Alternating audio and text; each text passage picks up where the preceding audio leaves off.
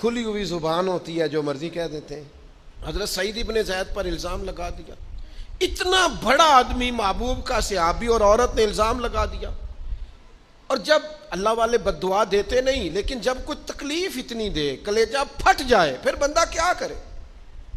وہی بات کہ اب وہ کچھ کہہ نہیں سکتے تھے، ایک عورت پر کس طرح کوئی بات ہو سکتی تھی؟ دونوں ہاتھ اللہ کی بارگاہ میں اٹھائے، یہ صحیح حدیث میں موجود ہے۔ دونوں ہاتھ اللہ کے حضور اٹھا کے عرض کرنے لگے، مالک اگر یہ عورت جھوٹی ہے نا تو پھر اسے اندھا کر دے اور اس کی قبر اس کے گھر میں بنا دے۔